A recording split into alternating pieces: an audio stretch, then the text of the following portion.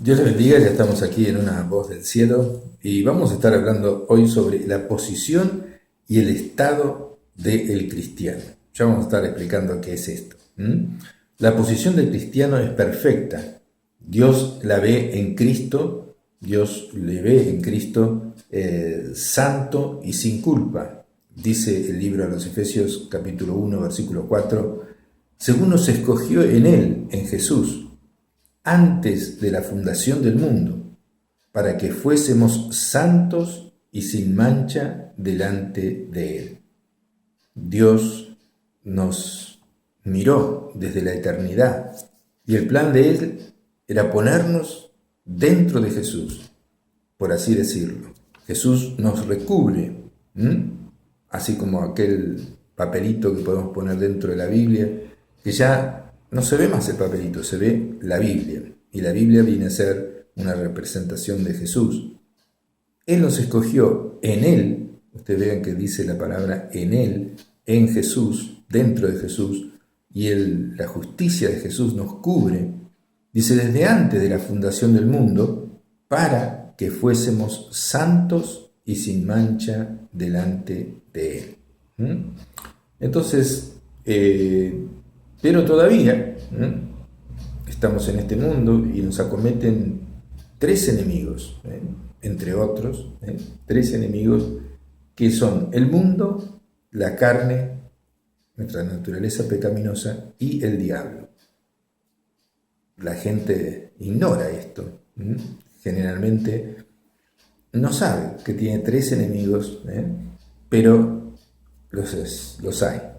Entonces, el mundo, dice la palabra de Dios, Primera de Juan capítulo 2, versículo 15, no amen al mundo, o sea, al sistema pecaminoso que nos rodea, ni las cosas que están en el mundo. Si alguno ama al mundo, el amor del Padre no está en él. Porque todo lo que hay en el mundo, los deseos de la carne, los deseos de los ojos y la vanagloria de la vida no proviene del Padre, sino del mundo. O sea que hay un sistema pecaminoso, el cual el hombre a veces lo pone en primer lugar antes que a Dios. Otra de los enemigos que tenemos es nuestra propia naturaleza pecaminosa. En Romanos 7:18 dice el apóstol Pablo, yo sé que en mí, esto es, en mi carne, no mora el bien, porque el querer el bien está en mí, pero no el hacerlo. En la Nueva Traducción Viviente dice, yo sé que en mí, es decir, en mi naturaleza pecaminosa, no existe nada bueno. Quiero hacer lo correcto, pero no puedo. Por eso es tan necesario la entrega a Jesús, que Jesús venga a vivir en nuestro corazón, que el Espíritu Santo venga a vivir en nosotros, para que venza la tendencia al pecado. Ahora, esa tendencia queda, pero ya hay un poder más grande que va transformándonos de gloria en gloria a la imagen de Jesús, en la medida que uno le va rindiendo las áreas que desagradan a Dios a la obra del Espíritu Santo. Dice 1 de Pedro 5:8, hablando sobre el otro enemigo, el diablo, que es mucho más real de lo que la gente se imagina. El diablo trabaja para llevarte al infierno. Tiene un ejército de demonios y demonios asignados a cada persona para que no crean y se salven, para que no adoren a Dios, para que adoren a otra persona que no sea Dios. Lo que no quiere el diablo es que se adore a Dios, o sea, a Jesús, a Dios Padre o a Dios Hijo. Y entonces te engaña, y aún líderes religiosos están engañados, adorando a cualquier otra cosa o pidiéndole a cualquier otra persona que no sea Dios. Nuestro Señor Jesús dice, al Señor tu Dios adorarás y a Él solo servirás. Los judíos saben bien esto, adoran solamente a Dios. No están tras San Expedito o Seferino Namuncurá, no, saben que tienen que adorar a Dios.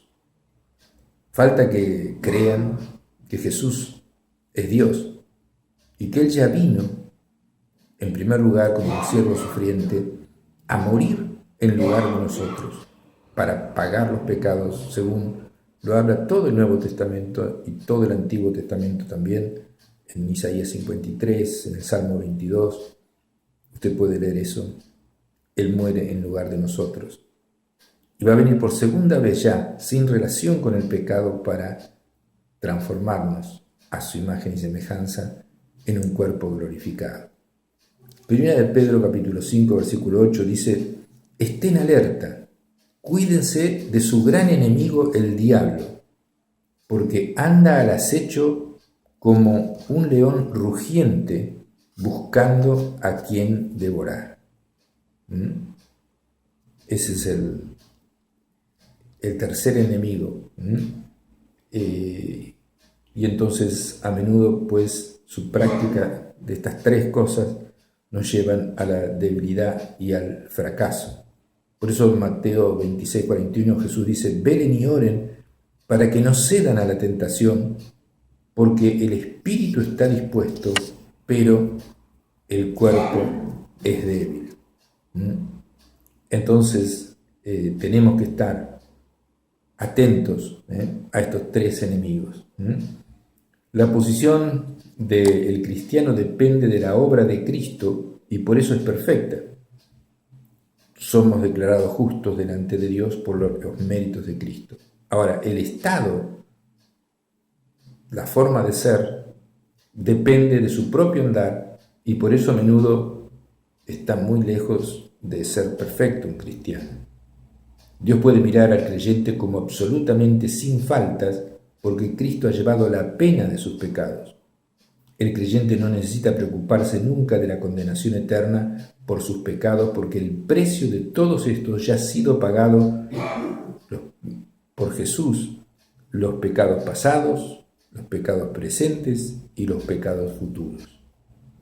En Hebreos 10, 17 dice: nunca más me acordaré de sus pecados y de sus transgresiones.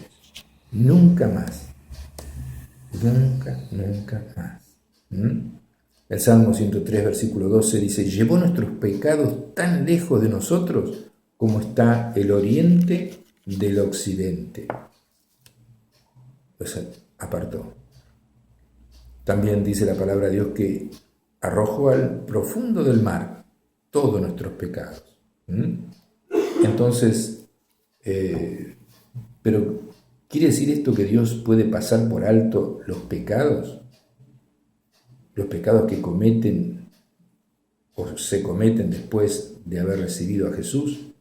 De ninguna manera. Dios jamás puede mostrarse indiferente para con el pecado. No obstante, hay diferencia entre castigar a un criminal y disciplinar a un niño. Ya hemos visto que el castigo de nuestros pecados lo llevó un sustituto sin pecado, el Señor Jesús. De modo que al creyente no se le enviará al infierno por ellos. ¿Qué pues sucede cuando el creyente peca? Sencillamente esto: el pecado en la vida del creyente interrumpe la comunión con su Padre Dios. La atmósfera feliz del hogar desaparece. Dios tiene que tratar al desobediente como trata un padre a un hijo descarriado. En Hebreos 12:5 dice: ¿acaso olvidaron las palabras de aliento con que Dios les habló a ustedes como a hijos?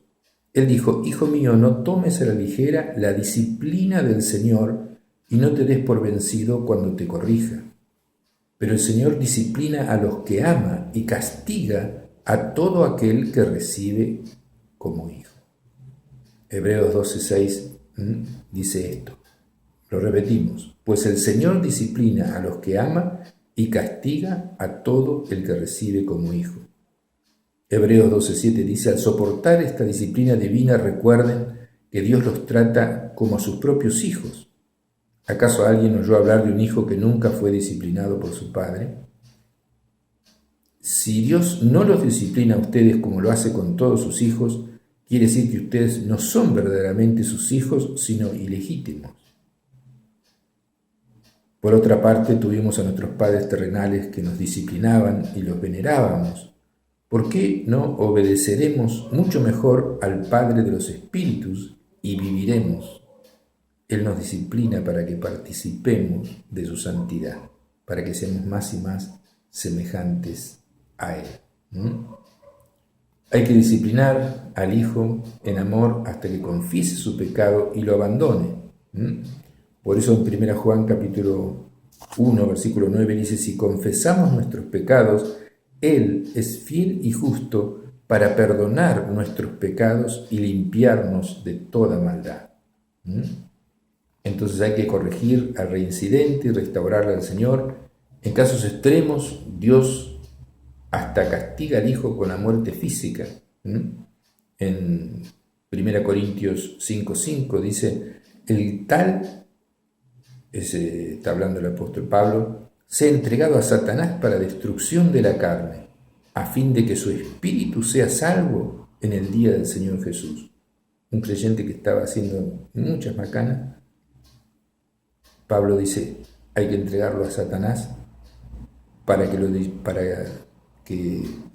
él lo aflija, para que pueda ser salvo y pueda arrepentirse de lo que está haciendo. Ese hombre deberá ser entregado a Satanás para que su cuerpo sea destruido y su espíritu se salve cuando el Señor venga. Y en 1 Corintios 11, 30 y 31 dice, hablando a los corintios que tomaban mal la cena del Señor, hacían muchos errores, muchos pecados, dice, por lo cual hay muchos enfermos y debilitados entre vosotros y muchos ya duermen. Ya habían partido, no que se hayan ido al infierno, pero en castigo Dios se los llevaba. Si pues nos examinásemos a nosotros mismos, no seríamos juzgados, mas siendo juzgados somos castigados por el Señor para que no seamos condenados con el mundo.